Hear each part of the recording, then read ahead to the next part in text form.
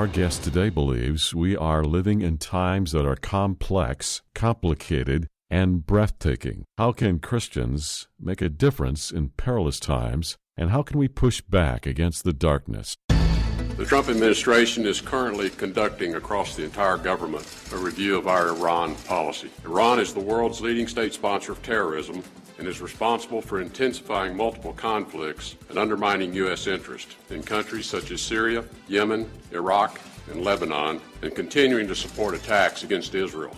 An unchecked Iran has the potential to travel the same path as North Korea and take the world along with it. A comprehensive Iran policy requires that we address all of the threats posed by Iran, and it is clear there are many. This is Understanding the Times Radio with Jan Markell. Eric Barger joins Jan this hour to meet with White House news correspondent Bill Koenig. Bill's here to discuss the issues facing our world and our new president. Getting the correct information is critical to properly discerning the times in which we live.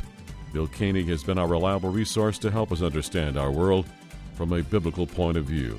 Bill, Jan, and Eric will discuss information today you'll hear only on Understanding the Times Radio. So let's get started. Here's Jan Markell.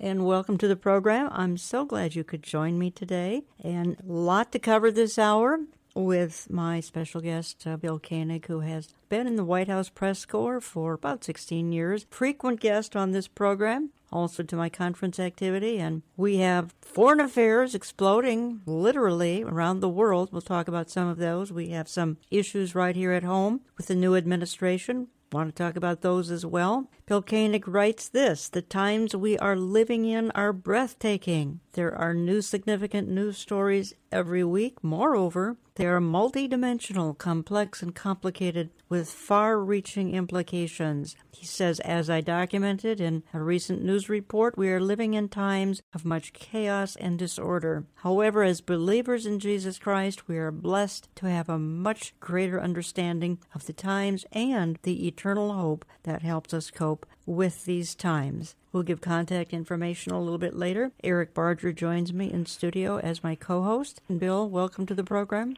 Thank you, Jan. Always great to be with you all. Bill, how has the press corps changed for you? I mean, we talked the other day, and you're still dealing with a multitude of very liberal reporters there in Washington. But has anything changed? Oh, this is much more combative. It's much more confrontational. What's interesting is the major networks, TV networks, are in the front row, along with Reuters and Associated Press. And on the second row is Wall Street Journal, New York Times, Washington Post, the major U.S. newspapers, and those are usually the most confrontational rows. And Sean Spicer, from the beginning, has worked the room. I mean, one of the first people he called on was CBN, which was just great, as well as even in press conferences. President Trump called on CBN, and CBN's had greater access with the Trump White House than they had during 8 years of President George W. Bush. It's been tremendous from a Christian perspective. So interesting is you get some really good questions from the back rows and moving the questions around, and then you come back that front two rows and it's confrontational. And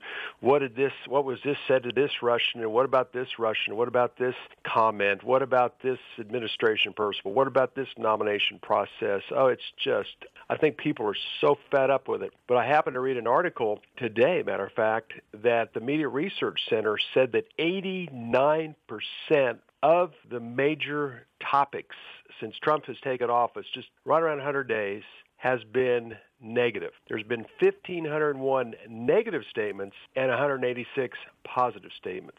They are doing everything they can, Jan, to sabotage and do everything they can to disrupt this presidency and to make it as ineffective as possible. And unfortunately, not all of America gets their news from conservative sources. As a matter of fact, most news sources today in America, 85 to 90%, are to the left and are opposed to our conservative values. You told me that they remain in total disbelief that, first of all, Donald Trump is systematically undoing 8 years of Obama policy in just a few months, and that they continue to be stunned. Oh, absolutely. I think that they're still absolutely shocked. I happened to watch this the other night, the final moments, when they were finding out, that there's a possibility around, I think it's around 9:30, 9:40 on election night when Chris Wallace with Fox, I'll never forget this, said, there's a chance that Trump might win this. And then Brit Hume chimed in, and Brett Baer, and then all of a sudden CNN picked up on this, and then MSNBC picked on this. So for the next few hours, the discussion was, Trump might pull this off, and then that state, Florida, looks good, and then North Carolina looks good. Oh, my gosh, not Pennsylvania and Michigan and Wisconsin. So, and then it built up to about, I think it was 2:30, 2:40 when Hillary Clinton officially conceded. They were shocked then, and they're shocked even to this day. And now that they are seeing all these things that were so popular with them that Obama had put in place being dismantled one by one, it's becoming even more problematic and difficult for them. Bill, I wonder if we'll ever be able to get back to having news gatherers be news gatherers. Do you think that's going to be a possibility? I mean, Huntley Brinkley, we may not have agreed with everything, but they reported that even Cronkite in those days. I guess I'm portraying my age here, but will the news ever be news again, or will it always be making the news by themselves? I'm afraid you're right, Eric. I don't think it's ever going to change. One of the discussions was not televising the daily press briefings, which is fairly new. It started pretty much during George W. Bush's time, a little bit toward the end of Clinton's time. But, it's been a daily press briefing, and, the gotcha questions are, headline news for the national newscasts or front-page news articles in major newspapers like New York Times, Washington Post, Chicago Tribune, L.A. Times. It's just the whole dynamics have changed, and the bias that we've seen is never been worse. It's all a turf war. And I think with that in mind, the leftist, secular, humanist, God-haters, unfortunately, in many cases, they are so committed to their agenda that they cannot receive or even process truth. I think we've discussed this before on your program, that it just gets to the point is, how do you conclude that based on what you just heard this way? I mean, how do you think that? I mean, you just are not hearing truth for truth. And there's been some debate and discussion over is, truth a thing of the past? Can I just say something and will my comments, speaking liberal, will the end justify the means? And the age of truth doesn't matter is, unfortunately, I think, is a period of time that we're living in. And I don't think it's going to improve, Eric. I just don't. And just because of confrontational nature and the fact that we have such a significant turf war going on right now. Bill, you and I talked about some of the opposition that's going on right now to the new agenda, a bit of a more conservative agenda, and what a threat this is. George Soros to the Obamas, to Obama's crony Valerie Jarrett, to the ACLU, to the Southern Poverty Law Center, and you even said to me privately that President Trump's life is in danger from, you name it, the globalists, the cartels in Mexico, the Russians, the Iranians, ISIS, and he may have a divine covering, but he has to have our prayers. And someone, if not, someone will try to take him out and possibly even succeed. Yeah, the prayer is crucial, Jan, absolutely crucial. And I also do believe he has divine covering, as well as some of our other Christian leaders that are very outspoken about the threats of America, like Franklin Graham and others. I believe they have a divine covering, a supernatural covering. And I think that that's the same thing with President Trump. I mean, he is disrupting a lot of the old foundational things of the one world order, the globalists, the George Soros, as you mentioned, this list. So he sincerely, as well as he and Mike Pence and his administration need our continuous prayers for their safety and security. I think it's crucial that they continue to have that, as well as people that are leaders of our country in all different facets, whether it's on state or on the national level. We're called to do that, too. Absolutely. Absolutely. Called to that, Eric, but I think we're even in a much more serious time, so we need to be more serious about doing that. You're listening to Understanding the Times Radio. I'm Jan Markell. I have on the line Bill Koenig. He served in the White House press corps for a number of years here. Started working with Bill back in 2002. And Eric Barger's in studio as a co-host today. Bill, I saw a headline here recently. Making America Great Again is only possible without liberals lurking in the administration. And there's a lot of talk right now about Jared Trump and Ivanka Trump. They're liberal New York Democrats, and they have huge influence over Donald Trump. At the same time, there is concern that the Steve Bannons and the like may be being pushed out. Mike Pence certainly can't be pushed out, but others could be. So is there some truth to this? Well, I think that you have the domestic and the international. On the domestic, obviously, Jared Kushner and his wife, Ivanka, and Donald Trump's daughter have a lot of influence, especially on some of the social issues. They're very smart, very talented, very capable, and I got to give them credit as well as Trump's sons. They were very, very high in Mike Pence as the vice president. President Trump was considering Chris Christie and others, but they were really high in Pence, and I give them a lot of credit because that was probably President Trump's best selection. Best decision was selecting Mike Pence as a devout Christian as his running mate. I give them a lot of credit for that, but I think what affects a lot of Christians is the LGBT and marriage agenda, and with Kushner's background from New York City, Manhattan, and a more of a liberal bent, despite the fact that they are considered Orthodox, or Kushner's Orthodox Jew, they've been very favorable in protecting some of the things that President Obama put in place at the State Department and within labor and other things like that. So they've been defensive and defending that, where other conservative evangelical members of President Trump's cabinet, as well as the vice president, have been more favorable in eliminating some of those decisions that President Obama made. So, this is another area that we need to continue to pray, because this is another very divisive issue. Mm-hmm. It was divisive during the Senate hearings of President Trump's evangelical cabinet selections, and it will continue to be so. Other than that, I think they're very solid. I want to build just a little bit on what you're saying, and to my audience, a heads up here that I want to play a soundbite I've played before. I played this short clip of Monica Crowley when I had Michelle Bachmann and Phil Haney in studio a couple months ago, because, Bill, you used the term to me the other day on the phone that there's an atmosphere almost like a civil war going on in Washington, and the pushback is just unbelievable. And I think Monica Crowley sums it up fairly well in this little short soundbite, and then I want your perspective on what you hear. There is a very dangerous and very effective destabilization campaign underway against this president, his administration, and his agenda. And what I hope that the president and his senior aides understand is that these forces are not just looking to delegitimize him. We often talk about that. Sure, they want to do that. They want to personally destroy him, destroy his presidency, and they would like to see the man in prison. I hope that the president understands. I am not overstating this, having been a victim of this myself. They are out for blood. And the reason they have to destroy him is that Donald Trump is an alien organism that has been injected into the body politic by the American people to reform it. He must not be allowed to succeed. They have swarmed him. They have swarmed everybody around him in order to reject him out of the system, just like any alien organism. He must not be allowed to succeed. And I hope that everybody around him now understands that this is a war and that they started a long time ago, but they will not end until they get the president of the United States. And they want him in prison. And this is what we need to understand. So true. David Brock and some of these organizations have already raised tens of millions of dollars for an impeachment process. Then they want jail to the chief. They need to understand that this is a war. We are so far beyond normal politics, Sean. We are in a very dangerous moment. Bill Koenig, is that an overstatement? No, I thought it was very well communicated. No.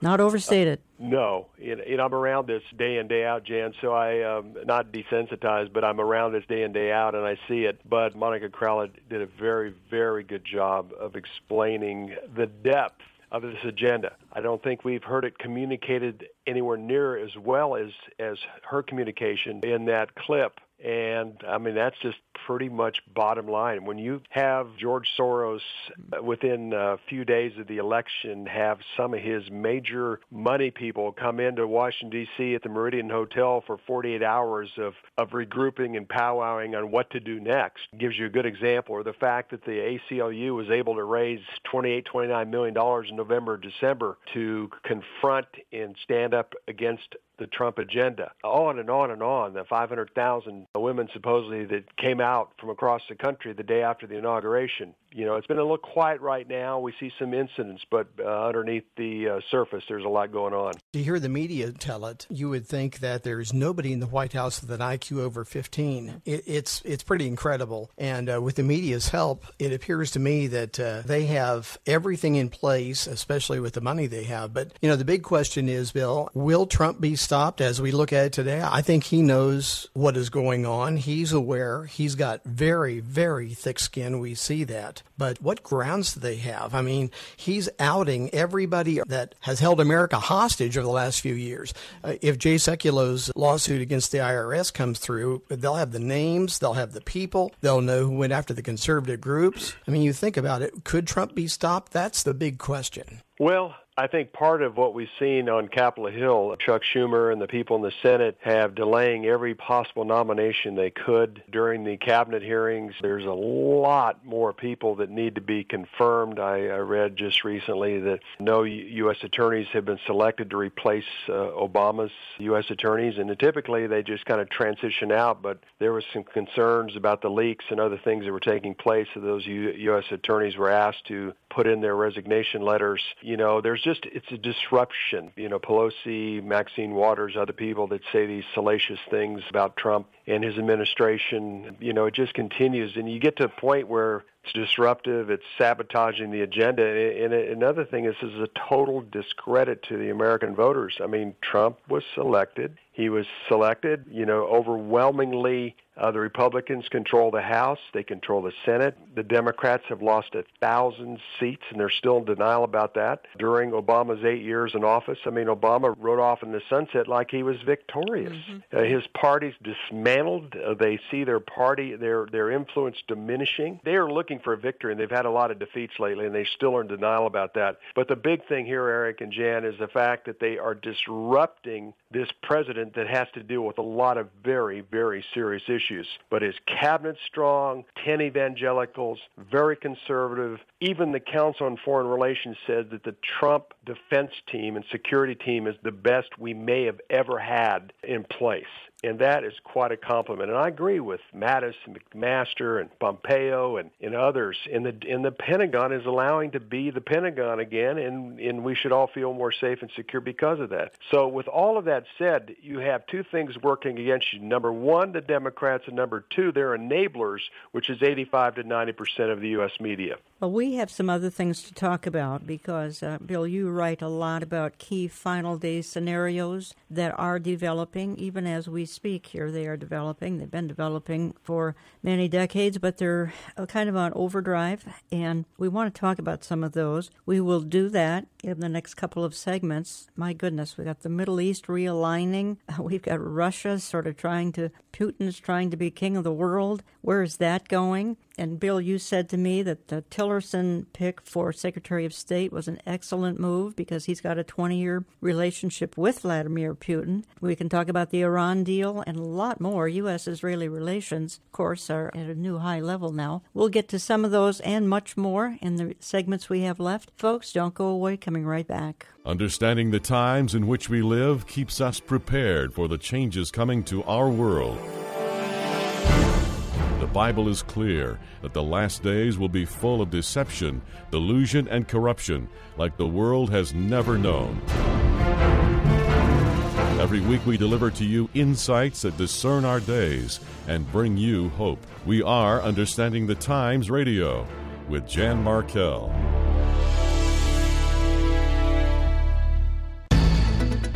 Many listeners to Understanding the Times love to get audio recordings of discussions like you're hearing today. The information you're getting here is so pertinent to understanding our world. If you'd like a copy of today's broadcast, order as many copies as you need at 763-559-4444.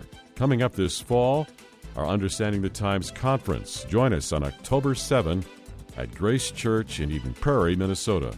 There's no cost for this annual event. More conference details can be found on our website, olivetreeviews.org.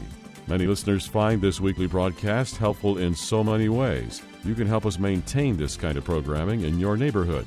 You can become our ministry partner with your monthly financial pledge. We want more people to hear what you enjoy every week, so we're expanding our coverage across the nation. Please write with your tax-deductible gifts to Olive Tree Ministries, Post Office Box 1452, Maple Grove, Minnesota 55311. We're praying you'll join us in helping to make programs like today's edition available where it's never been heard. Thank you for your consideration. In just a moment, more conversation with Jan, Eric, and Bill.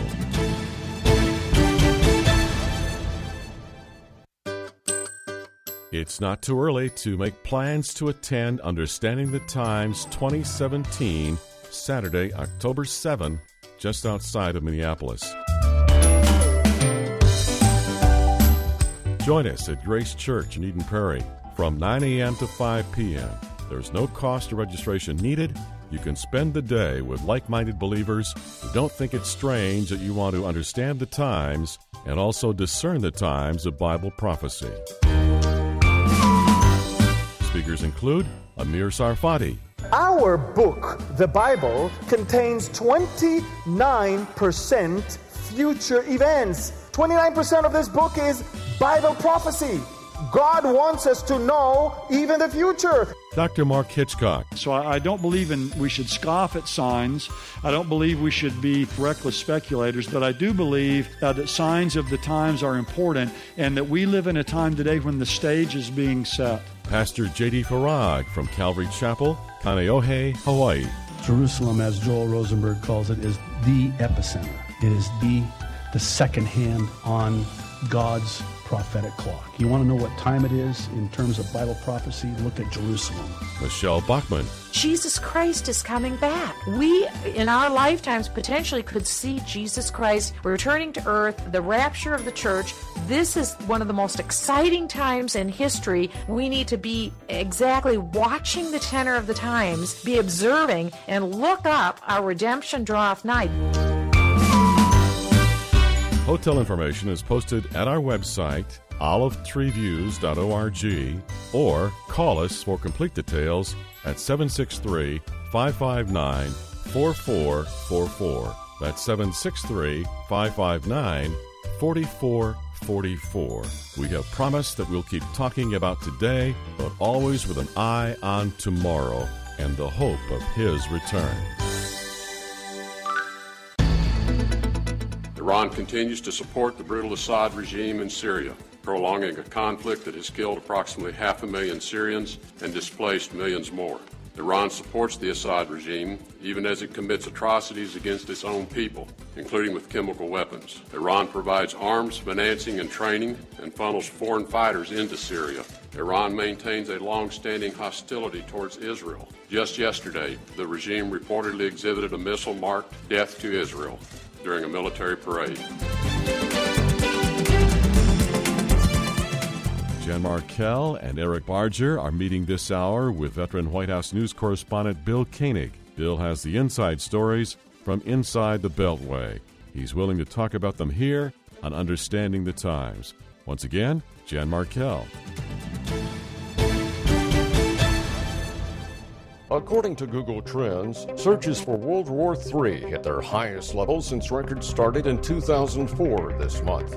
Searches for war and nuclear war are also at their highest level since the start of the year as concerns grow over foreign policy. The United States has asked the Palestinian Authority to stop using funds to subsidize the families of terrorists.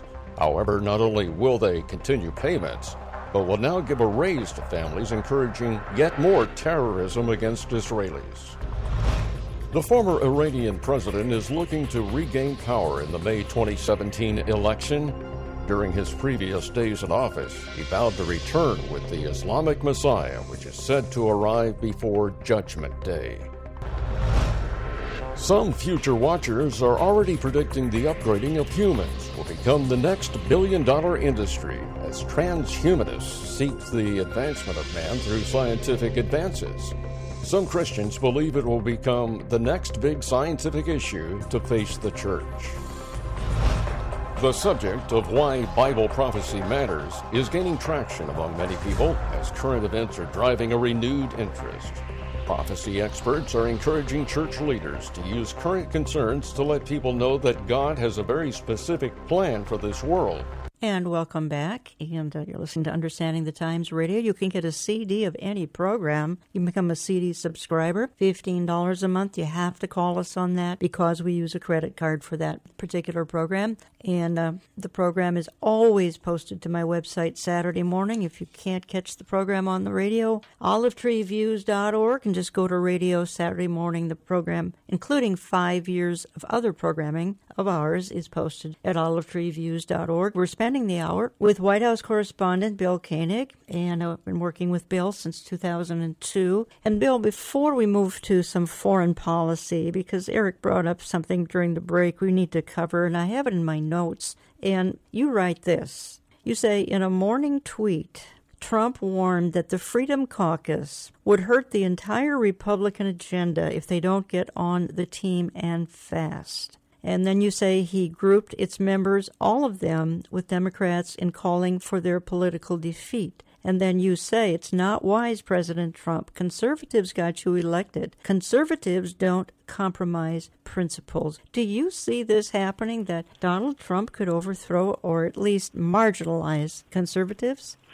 He backed off that right after he fired that out. That was kind of a heat of the battle moment over the, healthcare. Healthcare thing. It was just typical. The media, they're just, Trump can't get this through. This is a big campaign promise. He's failing. His whole agenda is at risk. It was one major news organization after another just really coming against Trump. I mean, they were blasting them and just saying it's over, this is finished, he can't gain control of his party. And I think it was a knee-jerk reaction. He kind of backed off of that later, and they supposedly are making some inroads, the conservatives and the moderates in the party. And Jan, as you know, this has been a challenge within the party for quite a while during George Bush's time in office.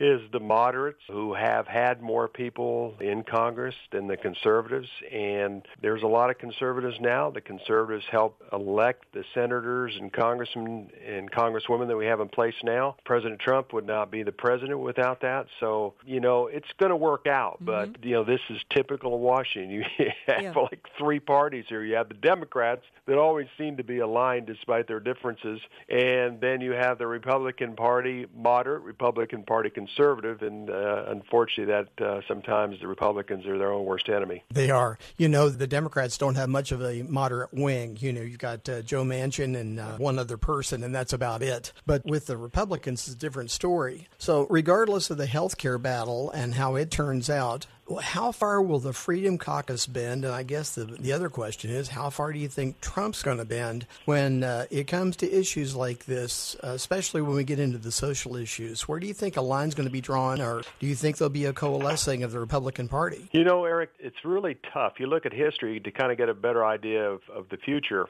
I think that, the Republicans understand we have a unique opportunity. We, in a sense, blew it during our 8 years with Bush.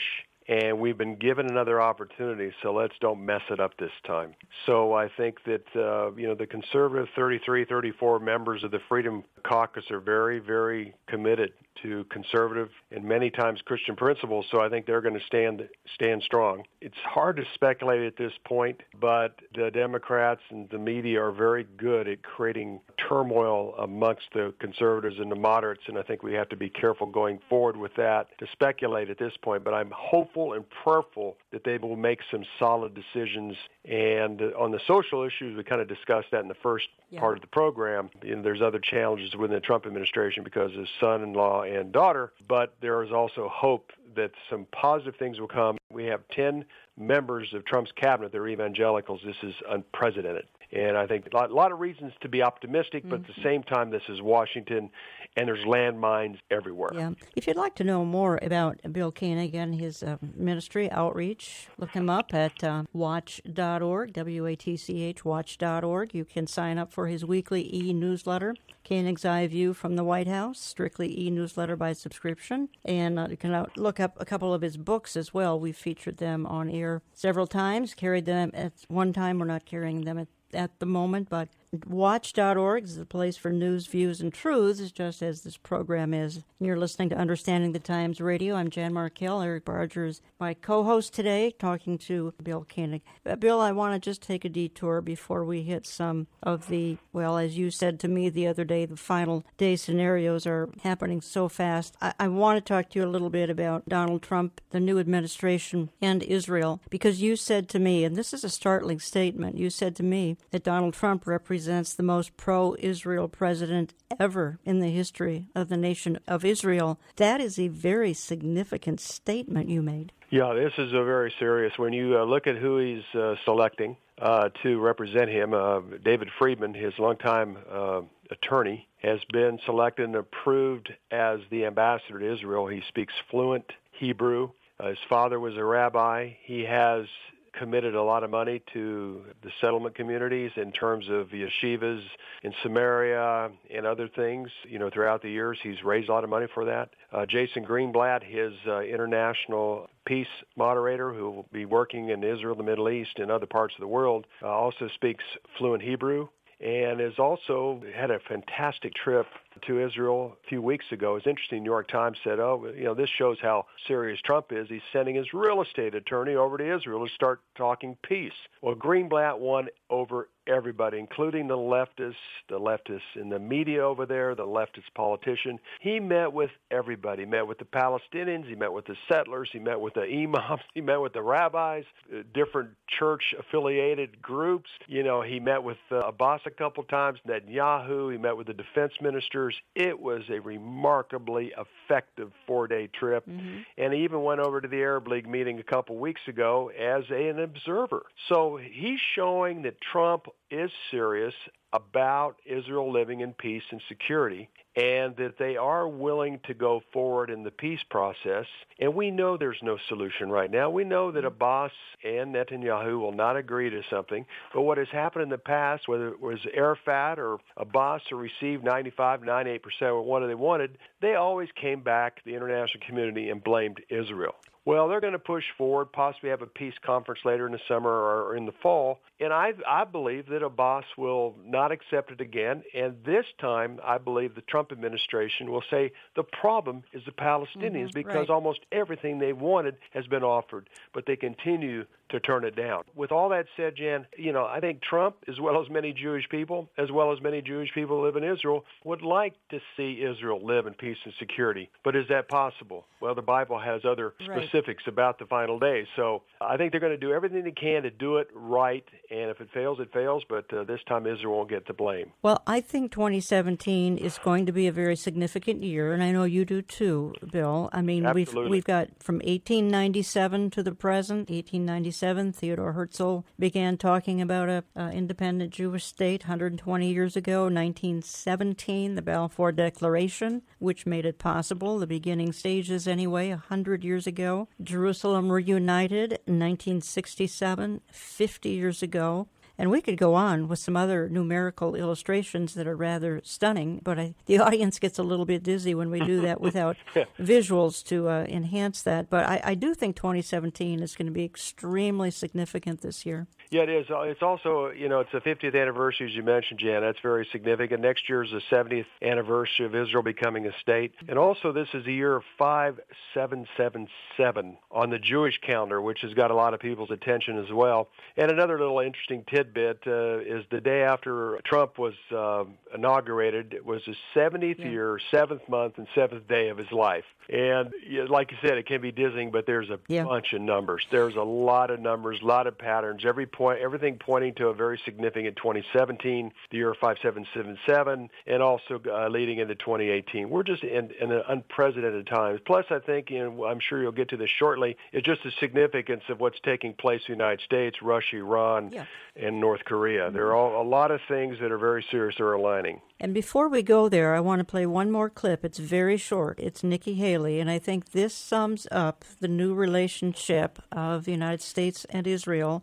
And Bill and Eric, the contrast, what you're going to hear now versus a Samantha Power in the United Nations just a year or 2 or 5 ago is so stunning. I think this little short clip says it all. So the first thing I want to do is talk about what we just saw in there. The Security Council just finished its regular monthly meeting on Middle East issues. It's the first meeting like that I've attended, and I have to say it was a bit strange. The Security Council is supposed to discuss how to maintain international peace and security.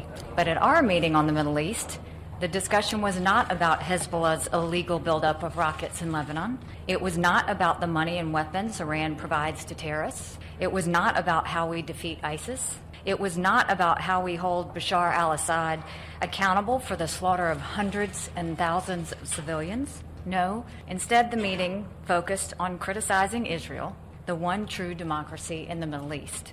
I am new around here, but I understand that's how the Council has operated month after month for decades. I'm here to say the United States will not turn a blind eye to this anymore. I am here to underscore the ironclad support of the United States for Israel. I'm here to emphasize the United States is determined to stand up to the UN's anti-Israel bias. We will never repeat the terrible mistake of Resolution 2334 and allow one-sided Security Council resolutions to condemn Israel. Instead, we will push for action on the real threats we face in the Middle East. We stand for peace. We support a solution to the Israeli-Palestinian conflict that is negotiated directly between the two parties, as President Trump reiterated in his meeting with Prime Minister Netanyahu yesterday. The outrageously biased resolutions from the Security Council and the General Assembly only make peace harder to attain by discouraging one of the parties from going to the negotiating table. Incredibly, the UN Department of Political Affairs has an entire division devoted to Palestinian affairs. Imagine that. There is no division devoted to illegal missile launches from North Korea.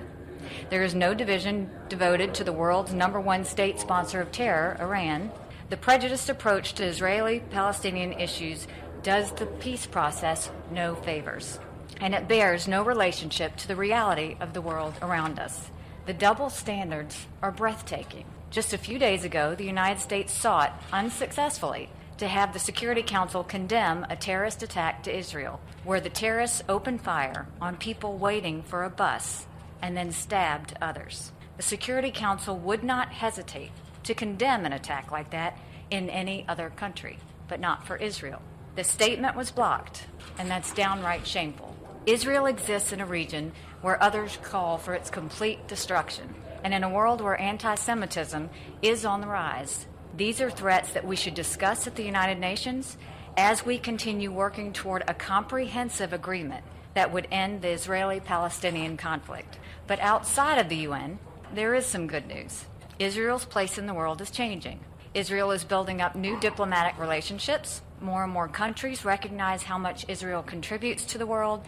They are recognizing that Israel is a beacon of stability in a troubled region, and that Israel is at the forefront of innovation, entrepreneurship, and technological discovery. It is the UN's anti-Israel bias that is long overdue for change. The United States will not hesitate to speak out against these biases in defense of our friend and ally, Israel. I will say that I think we saw maybe a slightly different tone in the meeting, but we will have to see how it goes forward.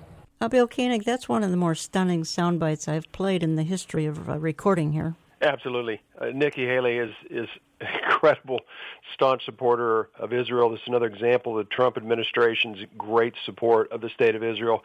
Jan, you just can't state it any better than what Nikki Haley has stated. And this is really telling the folks at the UN the days of Israel bashing are over. Mm-hmm. The fact that 2/3 to 3/4 of the UN resolutions pertaining to a chastisement of Israel is over. And this is just remarkable. And also, she has been very specific. Recently, right after the United States sent 59 cruise missiles into Syria, they wanted to have a private National Security Council meeting, and Nikki Haley said, no, we need the international community, we need everybody to hear what is going to be said about the situation in Syria. And also, she is holding Assad fully accountable for the hundreds of thousands of deaths that have happened in Syria during their civil war. She's remarkable. And again, she wasn't favorable towards Trump during the campaign.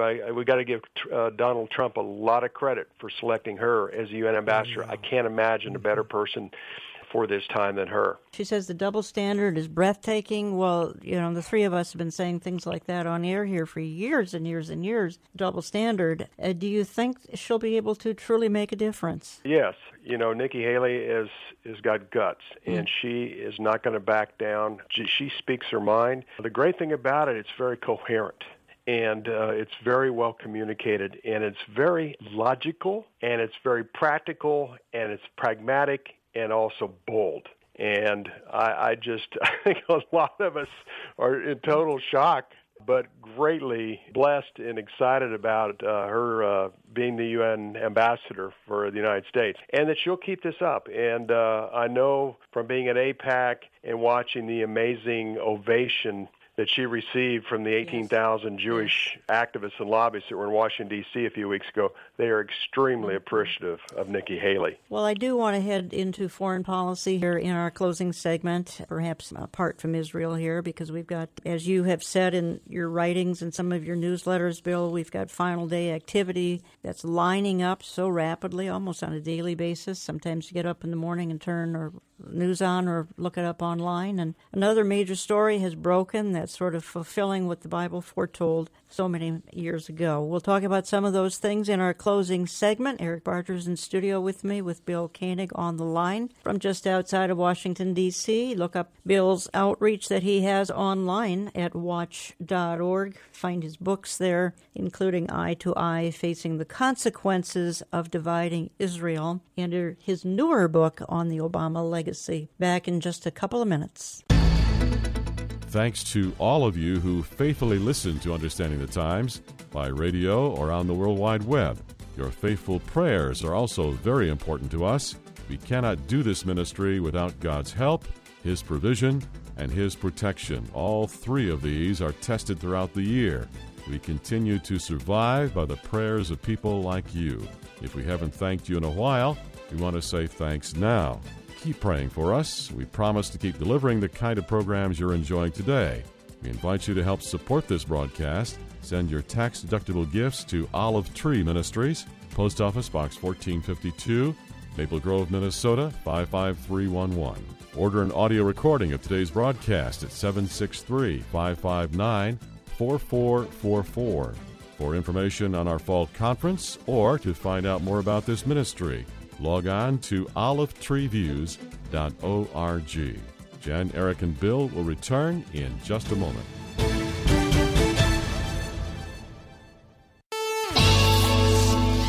I have often called Understanding the Times radio for the remnant. Around the world, people have had enough of fake news, slanted news, and evidence that good people are marginalized and unappreciated. That is why this program focuses on the truth and the ultimate good news.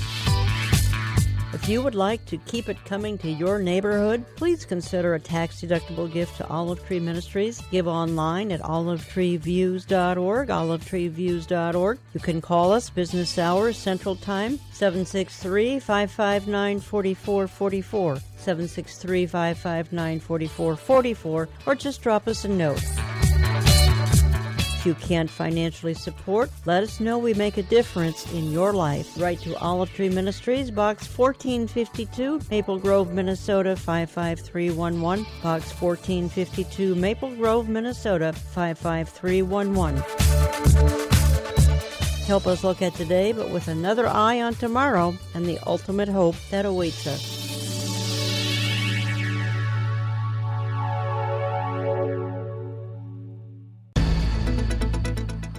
Iran Iran has conducted cyber attacks against the United States and our Gulf partners. Iran has been behind terrorist attacks throughout the rest of the world. Whether it be assassination attempts, support of weapons of mass destruction, deploying destabilizing militias, Iran spends its treasure and time disrupting peace. Iran continues to have one of the world's worst human rights records. Political opponents are regularly jailed or executed. The Trump administration has no intention of passing the buck to a future administration on Iran. The evidence is clear. Iran's provocative actions threaten the United States, the region, and the world.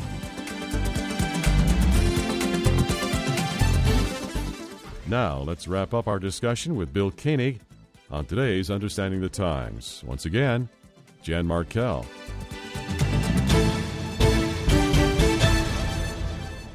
And welcome back. And you can follow us on Facebook at Jan Markell's Olive Tree Ministries. Please sign up for my newsletters, print newsletter, e-newsletter. Sign up online or give us a call. And once again, programming is posted to my website every Saturday. We hear from so many who say, well, we're not sure how to listen. Got a computer, you can listen anytime, all the time at olivetreeviews.org. Bill Koenig's contact, watch.org. Bill, I had teased in a couple of segments that we want to talk a little bit how final day scenarios are developing. Alignment in the Middle East is stunning. Obviously, we've got Syria playing a major role today. Isaiah talks about that. Isaiah 17, she will play a major role in the future. Iran, Russia, Turkey, Iran nuclear deal, and we've got a short segment, but talk to us a little bit here about this aligning of the nations and where you think that might be going. You know, Janet, really accelerated when this gassing took place in Syria, and the Trump administration, with their brilliant leaders, McManus, McMaster, and then also Pompeo over CIA, and others that are inputting here, said that enough is enough, and within 72 hours, they sent in 59 cruise missiles. They hit 58 of their targets, just pinpoint hitting of 58 targets. And this was big. I mean, it shocked Russia. They couldn't believe it happened. Iran couldn't believe it happened. Our adversaries in Syria and those other two nations that I mentioned just could not believe that the Trump administration did this and that Donald Trump decided to go ahead and go forward with this. And then the fact that Tillerson, Secretary of State Tillerson, was on the way over to NATO the following week, and then after that went on to Russia. And I think the Tillerson selection was great because here's somebody that has a 20-year history with dealing with Vladimir Putin. He's a very straightforward guy. He's got great people skills. He knows Putin, and he can sit down with Lavrov, the Russian foreign minister, or Putin, and just be as direct and straightforward and as honest as possible and say, who are you going to side with, Russia? Are you going to continue to side with Assad and keep propping him up? Are you going to continue to side with Iran and keep doing what you're doing in the Middle East? Or do you want to come alongside us, the United States, our Sunni allies, and the State of Israel? So this is very key. And you look at Ezekiel 38 and 39, Jan, that's a key scripture of the Gog-Magog coalition of nations, Russia, Turkey, Iran, Sudan, Libya, and former Soviet Union countries in the Caucasian Mountains. That alignment is coming together quickly. You also can look at Jeremiah 49, 35 through 39, and it speaks of Elam, which is the modern-day Iran, Persia, Iran, and that they will have a devastation. Even Dr. Wolvert at Dallas Seminary said that scripture had never been fulfilled. So Iran is going to be dealt with. We're not sure how that's going to happen. The Trump administration, General Mattis, says we're going to keep the deal that's in place, but we're going to hold them fully accountable for their actions. And then with side deals, the ballistic missile testing, et cetera, et cetera. So things are posturing. And then with Turkey, they would like to see Assad leave, and President Erdogan has just been given incredible future responsibility and is almost moving him towards a dictatorial role. And then you look at Isaiah 17:1, it talks about the day that Damascus does not exist as a city. So one last note here, President Trump has gotten along with the Egyptian President Sisi very, very well. Great rapport there. He has great rapport with King Abdullah from Jordan. The Sunni countries appreciate appreciate him operating from strength. They appreciate the leaders that are his security defense team. So the whole dynamics of Israel, the Middle East, and final day prophecies is changing because of this new administration we have here in Washington. You really like the fact that the generals are in control. I mean, Susan Rice isn't in control, but Donald Trump has his generals in control, and they've been in battle, and they know the enemy, and this is a new day as far as that's concerned. Yeah, exactly. My book revealed Obama's legacy. I went into a lot of specifics about the fact that the Pentagon was marginalized. Also, the defense secretary was going to have to go through the national security advisor, which was Susan Rice, and Susan Rice would pass things on to Obama, or the defense secretary would have to tell Susan Rice and explain what they wanted to do in Syria and basically get the go-ahead from the national security advisor staff rather than going directly to the president. And the fact that the morale, preparation, eliminating of don't ask, don't tell, emasculated the military to the extent it was in shambles and in rough shape. I mean, we still have a very strong, powerful military, but it was distinctively changed during Obama's 8 years. But there is a new sheriff in town, there is a new leadership at the White House, the Pentagon. These people are very pragmatic for the most part. They understand the Middle East. They understand the threat. They know this is a battle between good and evil, and they are allowed to make decisions in the field that are crucial and strategic for our particular benefit for the United States as well as U.S. allies within the Middle East. I think that people should be ready for more military action and also understand that whenever we take the kind of action we took in Syria with the Tomahawk missiles, that threatens the New World Order crowd something fierce. They can't imagine. So you're going to hear from the mouths of the media, almost like being a conscientious objector. That's the way they think we ought to act in the world.